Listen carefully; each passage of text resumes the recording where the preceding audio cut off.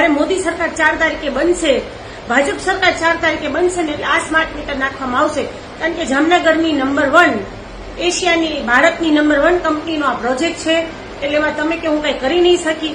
સહનશીલતાની તાકાત રાખો અને તમે એક શેરીના 15 જણા 20 જણા ભેગા થઈ અને એ 15 જણા સ્માર્ટ મીટર નાખવા આવે ને તો લાકડી લઈને કાઢો કે હાલો નીકળો. અને તમારા સ્થાનિક કોર્પોરેટરને ઘાયઘા બોલાવો કે અમારે સ્માર્ટ મીટર નથી જોતું એટલે સ્માર્ટ મીટર કઢાવો. કારણ કે આ લોકો પંજાબની સામે આપણું નથી આવેલું, ખેડૂત આંદોલન વિશે નથી આવેલું, આપણે અને લદ્દાખ આંદોલનમાં આપણે નથી આપણું સાંભળ્યું, મણિપુરમાં આટલું બધું થયું તો આપણે નથી સાંભળ્યું. એટલે આ સરકાર છે ને કોઈનું સાંભળવાની નથી. સહન શક્તિ આપણી વધારવાની જરૂર છે. સહન શક્તિ વધારી આ લોકોનો વિરોધ કરો, સ્માર્ટ મીટર અટકાવો.